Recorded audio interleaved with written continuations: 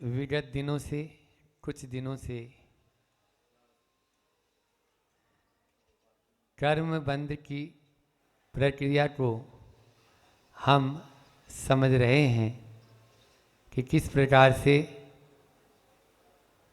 कर्म उदय में आता है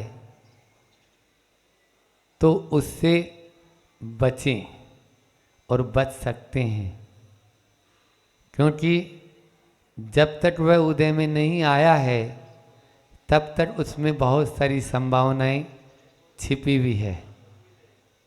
हम अपने परिणामों को उज्ज्वल बनाकर उन काले काले कर्मों को भी राख बना सकते हैं, और यदि और परिणामों को काला कर लेते हैं तो वह जो कर्म है और बढ़ जाता है, उसका ड्यूरेशन अर्थात उसकी स्थिति और उसकी क्वालिटी अनुभाग दोनों ही बढ़ जाते हैं। चाहे तो हम इसको ही उत्कर्षण और अपकर्षण शास्त्रीय भाषा में कहा जाता है, तो हम चाहें तो कर्मों का उत्कर्षण भी कर सकते हैं और चाहें तो राजा श्रेणी की तरह जिसने 7वें नरक की आयु का वन कर लिया और घटाते घटाते घटाते मात्र 84,000 वर्ष एक समुद्र बराबर जो आयु का वन किया था उसको मात्र चुल्लू भर करके रख दिया। वो तो पहले आयु का बंद हो चुका था, नहीं तो अगर आयु का बंद नहीं होता तो और उस गति में ही नहीं जाना पड़ता। तीर्थंकर प्रकृति का बंद करने वाले जो आगामी तीर्थंकर होंगे, आप देखिए किस तरह से एक बार जो आयु बंद हो जाती है उसको काटा नहीं जा सकता है, उसको बदला नहीं जा सकता है, लेकिन उसमें भी परिवर्तन बहुत सारा किया जा सकता है। जब तक यानी हमारे कर्म उदय में नहीं आया है उसके पूर्व अवस्था तक बहुत परिवर्तन संभव है, और उदय में आ गया है तो नया कर्म हम बांधे ही, ये कोई जरूरी नहीं है। विगत दिनों में यही हमने 3 उपाय बताए थे, अब वो 3 उपाय 3 दिन में हो गए, हम तो सोचे 1 दिन में हो जाएगा। पहले दिन बताया आपको कि बाहरी जो संयोग है, बाहरी जो सद्भाव है, उसमें हम किस तरह से एडजस्टमेंट करें, किस तरह से सामंजस्य बैठाएं ताकि हम कर्म में का बंद न कर पाएं। कल बताया कि प्रतिक्रियाओं से बचें। हमारे यहाँ एक्शन होता नहीं है, उसके पहले रिएक्शन कर देते हैं।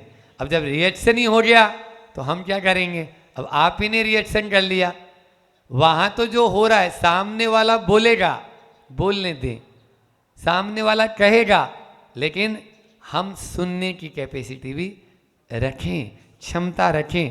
तुरंत उसका जवाब न दें, तुरंत उसकी छोटी छोटी बातों को लेकर यदि प्रतिक्रियाएं करते रहेंगे तो कभी भी हम कर्म बंध से बच नहीं पाएंगे। ये बात हमने कल सीखी थी, और आज उससे और आगे कि संसार में जो घात प्रतिघात जो चल रहा है उससे बचें, घात प्रतिघात से बचें। आज इसी विषय पर अपन थोड़ा सा देख लेते हैं। समय है अपने पास में जितना, उतने समय में कि घात प्रतिघात। आज छोटा सा बच्चा होता है, विद्यालय से आता है, बैग को तुरंत रखा फेंका और खेलने के लिए दौड़ने लगता है। माँ कहती है बेटा भोजन की थाली लगा दी, पहले भोजन तो कर ले, लेकिन बेटे का ध्यान कहाँ है? खेलने में। माँ अभी तो खेलने जा रहा हूँ। अच्छा कोई बात नहीं, तुम सुबह से कुछ नहीं खाया, थोड़ा दूध पी ले फिर चले जाना, अभी मुझे खेलना है। उसका ध्यान भी बोले नहीं, दोनों में से एक काम तो करना होगा, या तो तुम भोजन कर या दूध पी। बेटा फिर माँ की बात मानकर काम करता है। इसी प्रकार से हम कोई भी कार्य करें, या तो वो शुभ कर्म होगा या वो अशुभ कर्म होगा, या तो शुभ का बंध होगा या अशुभ का बंध, दोनों में से एक तो होगा। और ये मान के चलें कि अशुभ कर्म की ओर हमारे पांव जल्दी बढ़ जाते हैं, शुभ कर्म की ओर लेट से बढ़ते हैं। आपने देखा हो, थोड़ी सी पानी गिर जाए, बरसात हो जाए, कीचड़ मच जाए, कीचड़ भी नहीं मचे, रोड पे पानी हुआ था, सबसे पहले मंदिर जाना बंद कर देते हैं। अब रहने दो, मंदिर क्या करें, भगवान तो होते ही हैं, कल देख ले हैं। और यदि गुटखा खाने वाला कोई आदमी हो तो कीचड़ के अंदर दुकान होगी, पांव के अंदर लथपथ हो जाएंगे, फिर भी शराब और दुकान की उस गुटखा की दुकान पे आदमी पहुंच जाएगा बरसते पानी में, उसको कोई शर्म नहीं आएगी। बोलो, होते हैं परिणाम? नहीं होते हैं, हो रहा है अशुभ की ओर। आप देखिए अभी शादी ब्याह होता है, छोटा सा काम होता है घर में, करोड़ों रुपए लगा देते हैं। 1-8 करोड़ की तो बात ही नहीं रहती है, 1-8 करोड़ की बात ही नहीं, लेकिन शुभ की ओर हमारे हाथ जल्दी नहीं बढ़ते। पाँव की बात हो गई, हाथ की बात हो गई, आँख की ओर कर लेते हैं ऊपर भी। आँख मिली है, आंखें मिली है, अशुभ की ओर तुरंत। कोई भी यदि टेलीविजन सुबह से शाम तक चलता रहे, महाराज जी क्या बोलते हैं, आंखें बिल्कुल ही दुखती नहीं हमारी तो, बिल्कुल हाँ थमती नहीं, पलक भी नहीं झपकाते हम तो, बिल्कुल एक तक देखते रहते हैं। क्यों? क्योंकि वो अशुभ की ओर है। और ऐसी कोई मूवी होए जिसमें कोई धर्म की बात होए, या यहाँ पर जो चल रही है मूवी, इसको देखना हो, दर्शन की बात हो, तो बोलना पड़ता है, भैया बस जा रही है आचार्य श्री जी के पास में, उसमें जिनको अपना नाम लिखाना हो लिखवा दें। ये स्थिति हमारी है, आचार्य श्री के दर्शन करने के लिए जा रहे हैं, तो क्या होगा? क्या बांध रहे हैं, क्या बांध रहे हैं? बोलो, यही बांध रहे हैं। वो तो महाराज जी हम भी जानते हैं उसका रिजल्ट क्या होना है। शुभ कार्य करेंगे, एक बात ध्यान में रखो, आप शुभ में लग जाओ तो अशुभ का यदि उदय भी होगा तो भी आपको फर्क पड़ने वाला नहीं होगा। अशुभ का उदय होगा तो वह भी टल जाएगा। अभी आप यहाँ पर सब बैठे हैं, प्रवचन सुन रहे हैं, बाहरी प्रपंच से बचे हुए हैं, बाहरी प्रपंच से बचे हैं। आप देख लीजिए, क्यों? क्योंकि आप सबका ध्यान क्या है अभी? मेरी आवाज पर, मेरी वाणी पर, कि महाराज जी अब और आगे क्या बोलेंगे, और हम उसको, लेकिन महाराज आप बोलते तो अच्छा है और हम सुनते भी हैं, लेकिन इसको जब तक जीवन में नहीं उतारेंगे ना, तब तक अमल नहीं करेंगे, तब तक लाभ मिलने वाला नहीं है। इसलिए उसको धीरे धीरे जितना जितना अपन जीवन में उतारते चले जाएंगे, उतना उतना लाभ हमें होता चला जाएगा। ये निश्चित रूप से मान के चलिए, अलग से कोई आपको कुछ भी करने की जरूरत नहीं है। ये जो हमारा मन है, ये मन जो है वो कोई जंजीर से बांधने पे कंट्रोल नहीं होगा कि आपने कोई रस्सी है या उससे बांध दें। हाँ, इसको बांधने के लिए कि जंजीर हम दे देते हैं, और वो है देव शास्त्र और गुरु। इनकी जंजीर से, इसके माध्यम से आप तुरंत शुभ में लग जाएंगे, फिर आपका मन अशुभ में जाने के लिए प्रेरित नहीं है।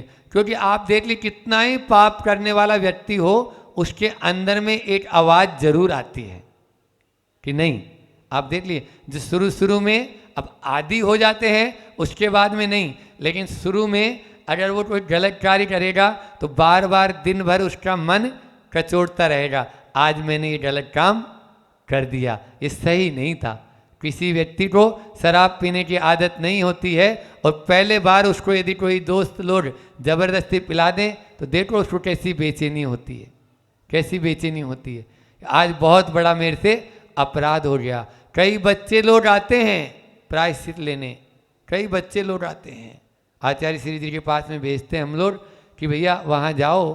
क्यों? क्योंकि गलती से हो गया, हमें अपराध बोध उस समय नहीं था और एंजॉय के रूप में कर लिया। तो इस चीज़ को अपन को अपने हृदय में बैठाना है, और जो शुभ करेगा, शुभ का फल कभी अशुभ नहीं हो सकता। लिख लो, शुभ का फल कभी अशुभ नहीं हो सकता, और अशुभ का फल शुभ नहीं हो सकता। जब शुभ का जो है, तो आपको यदि जिन्होंने किया है ना, उनको देख लो, और नहीं है विश्वास तो करके, मैं तो बार बार यही बात बोलता हूँ, विश्वास नहीं है तो करके देख लो आप। इसलिए अपन कोई अच्छा काम, आज अपन ने लाडू चढ़ाया तो ये शुभ काम था, अब इसका फल अशुभ नहीं मिल सकता, है ना। हमारे यहाँ तो अब कोई आपको बोले अरे लाडू बनाने में तो ऐसा हुआ था और वैसा हुआ था, और अभी देखो यहाँ पे चींटियाँ भी चल रही थी, वो लाडू के कारण ही आ गई होगी, ऐसा कुतर करने वालों को हम रोक नहीं सकते हैं, हाँ उनको हम पकड़ भी नहीं सकते हैं, लेकिन न पूज्यास्तयु वीतरागे न निंदिया, ये तो है ही। मतलब यानी आचार्य पूज्यपाद स्वामी कहते, आचार्य समंत भद्र स्वामी इसमें कहते हैं कि थोड़ा तो पाप होता है और ज्यादा पुण्य मिलता है। हाँ पुण्य तो बहुत मिलेगा और पाप थोड़ा, जैसे समुद्र में विष की कणिका, समुद्र में विष की कणिका ये होता है। इसलिए हमेशा पुण्य कर्म करते चले जाओ, शुभ काम करते चले जाओ।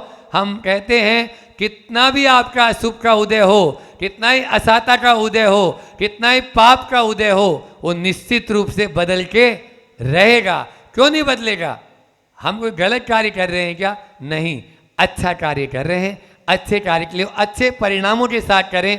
कोई गलत परिणाम भी हो रहा है किसी के, उसको भी अपन प्रेम से, उसके प्रति भी अच्छी भावना रखकर उसको भी अपने साथ में मिला लेंगे तो काम हो जाएगा, और काम होगा ही। इसलिए अपन को शुभ से, शुभ का परिणाम मैंने बताया शुभ होता है। एक बार ऐसा हुआ कि एक राजा का बेटा था तो, और एक मंत्री का बेटा था, वो एक ज्योतिषाचार्य के पास गए और बोले भाई हमारा भविष्य क्या बोल रहा है, हमारा भविष्य कैसा है। दोनों दोस्त थे, मित्र थे, चले गए। अब वो ज्योतिष ने बोला, ज्योतिषाचार्य ने बोले कि तुम्हें राज सिंहासन मिलेगा और तुम्हें सूली मिलेगी। मंत्री के बेटे को सूली पर लटकाया जाएगा और राजा के बेटे को सिंहासन मिलेगा। अब आ गए, राजा का बेटा फूला नहीं समा रहा है, अहंकार में आ गया, अरे हमें तो सिंहासन मिलेगा, अब क्या है। और खूब ऐसो आराम और मतलब व्यसनों में लिप्त हो गए, पांव लड़खड़ाने लगे, ऐसे समझ लो आप। तो इसका मतलब आप लोग समझ ही गए होंगे, पांव लड़खड़ाने का मतलब तो समझते ही है ना कि पांव कब लड़खड़ाते हैं। तो बस दिन भर उसी में ही, अरबों खरबों की भी प्रॉपर्टी हो।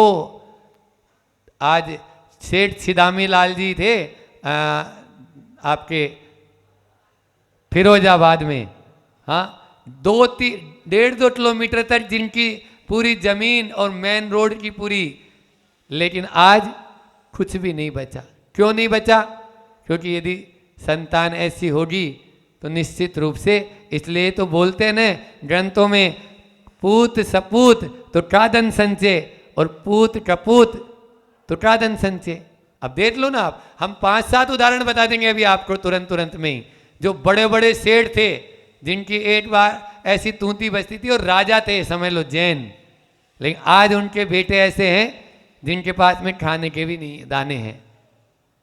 कर्ज है उनके ऊपर सरकार का, और तो छोड़ो, तो वो जो राजा था, राजा का बेटा था, इसी तरह से व्यसनी हो गया, और इधर जो मंत्री का बेटा था, मुझे सूली पे चढ़ाया जाएगा। इसलिए एक एक कदम फूंक फूंक कर रखा, अपनी सारी क्रियाओं को सीमित कर दिया, अपने सारे आचरण को बहुत व्यवस्थित कर दिया।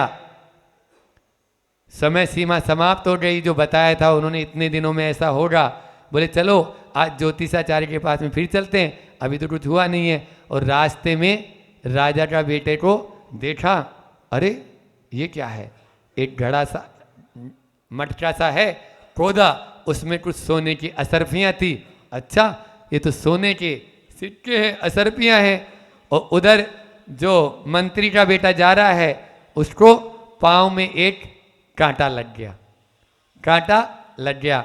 सीधे पहुँचे ज्योतिषाचार्य को, ओलमा देते हुए बोले, उलाहना देते हुए, अरे क्या है, आपने बोला था ऐसा ऐसा होगा इतने दिनों में, कुछ नहीं हुआ। बोले नहीं हुआ है, आपको मालूम नहीं। बोले क्या हुआ है? अभी तो कुछ नहीं हुआ। बोले अभी आप लोग रास्ते से आ रहे थे तो कुछ घटना घटी? बोले हाँ, मुझे असरपी का घड़ा सा मिला, थोड़ी सी असरपियाँ थी उसमें, और इनको कांटा लगा।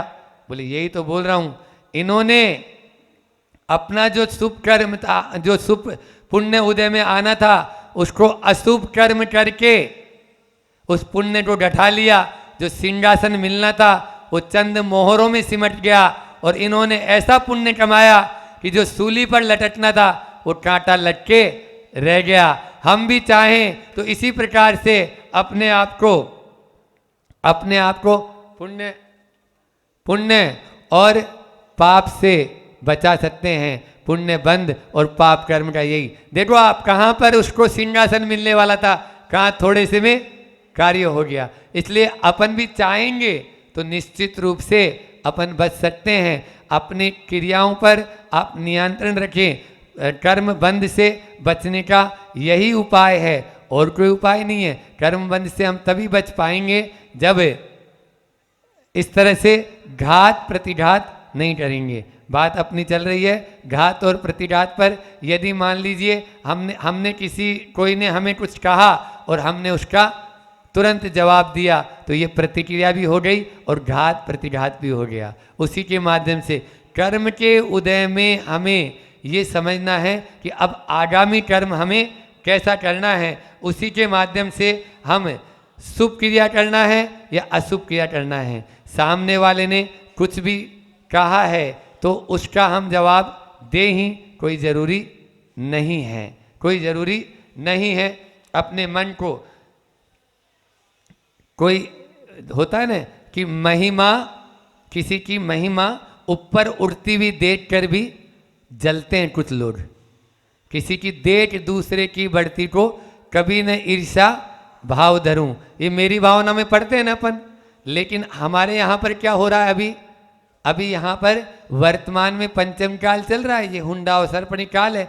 तो कोई ऊंचा बढ़ना चाह रहा है तो लोग उसको नीचे गिराना चाहते हैं। लेकिन हमारा कर्तव्य क्या है, वो गिराना चाह रहा है, लेकिन अपना कर्तव्य ये है कि हमें गिरना नहीं है, हमें गिरना नहीं है। और उस व्यक्ति के प्रति भी हमें गांठ नहीं बांधना है। जिसने हमारे ऊपर टिप्पणी की वो स्वयं समझ जाएगा कि मैंने गलत किया है, क्योंकि शुभ का फल कभी गलत नहीं होगा। मेरा भाव तो यही है कि अपन ने अच्छा कार्य किया है तो उसका अच्छा फल मिलेगा, और बुरा कार्य किया है तो उसको बुरा फल मिलेगा। वर्तमान में जो दुष्कर्म करेंगे तो उसको आगे भी हमें झेलना पड़ेगा। इसलिए वर्तमान में हम सत्कर्म करते चले जाएं, और सत्कर्मों के माध्यम से अपने उन बंधे हुए जो पहले कर्म हैं उनको भी काट पाएंगे, और आगामी जो नया कर्म है, नूतन कर्म है, उसको भी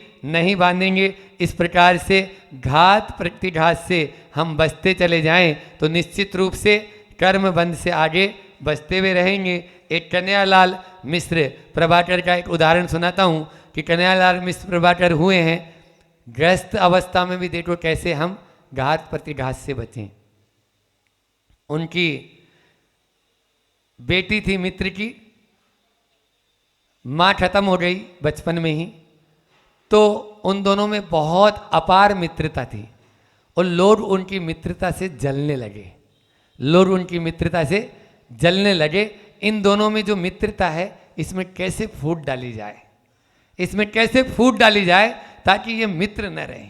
लोगों को होता ही है, जैसे मृगी होती है हिरण हिरणी, वो जैसे भयभीत रहती है जंगल में, वैसे लोग घात लगाए हुए बैठे हुए रहते हैं कि किसी की महिमा को पचा नहीं पाते। तो वो जो दोनों मित्र थे कन्हैयालाल मिश्र प्रभाकर, तो इनके मित्र को इनके प्रति भड़का दिया और एक मुकदमा लगवा दिया, दीवानी मुकदमा लगवा दिया कि इन्होंने ऐसे ऐसे आपके साथ में किया है। मित्र ने भी बोला हाँ आपने ऐसे ऐसे हमारे साथ में किया, बातों में आ गया किया है। अब मुकदमा तो लग गया। इधर जो है कन्हैयालाल मिश्र प्रभाकर थे, वो बोले कि अब इस मित्र को अपन को रास्ते पे लाना है और ये इस तरह से बहकाव में आ गया है, कोई बात नहीं अपन इसको जवाब देंगे। और वो मित्र जो है ना नजरें चुराता था, जिसके मन में पाप होता है ना वो कभी सामने नहीं आएगा, वो कभी सामने नहीं आएगा। और वो ये जब भी निकलते वो इधर उधर हो जाता। एक दिन दोनों का आमना सामना हो ही गया। अब ये कन्हैयालाल जी जो थे इन्होंने उसके कंधे पे हाथ रखा, भाई घबराते क्यों हो, केस मेरे ऊपर लगा है ना, केस तो मेरे ऊपर लगा है, कोई चिंता वाली बात नहीं है। जब अपन ने दोस्ती इतनी मिलके निभाई है तो दुश्मनी भी मिलके निभाएंगे, क्यों चिंता करते हो। और तुम्हारी इकलौती बेटी है, यदि तुम केस हार जाओगे तो मैं तुम्हें वचन देता हूं तुम्हारी इस बेटी का विवाह मेरी जिम्मेदारी रहेगी। और यदि मैं जेल चला जाऊं या मैं केस हार जाऊं तो सबसे पहले जब जेल से छूटूं तो मेरी भावना यही है, तुम मुझे लेने आओ, तुम मुझे लेने आओ। दोस्त पानी पानी हो गया, क्योंकि बहकावे में आया था वो बोला यहाँ नहीं, मकान में चलो, घर पे चलो, और चरणों में गिर के अपना सारा का सारा जो पाप था वो धो दिया। ये होता है, हम घात प्रतिघात से इस तरह से बच सकते हैं, अपने से विपरीत परिणाम वालों को भी अपना वाला बना सकते हैं। उसके प्रति भी ऐसी भावना रखेंगे तभी हम कर्मबंध से बच पाएंगे, अन्यथा कर्मबंध से नहीं बच पाएंगे। ताना न बनो, ताना न बनो, बाना तो बनो, बाना तो बनो, सुनो सबके बनो, सुनो सबके बनो। आचार्य श्री जी का ये हाइकू है, ताना हमेशा तना हुआ रहता है, बाना हमेशा आड़ा रहता है, इसलिए तने हुए मत रहो, बाना बन जाओ जो लूज होता है। जहाँ जैसा कलर फिट करना है वैसा कर दो, जहाँ जैसा जो कुछ करना है डिजाइन देना है वैसी डिजाइन, जहाँ सफ़ेद देना है वहाँ सफ़ेद हो जाता है, जहाँ जैसा। तो बाना में परिवर्तन होता रहता है, ताना हमेशा तना रहता है। आचार्य श्री जी कहते हैं ताना न बनो, बाना तो बनो, सुनो सबके बनो। बोलिए अहिंसा परमो धर्म की। आचार्य गुरुवर विद्यासागर जी महामुनि राज की।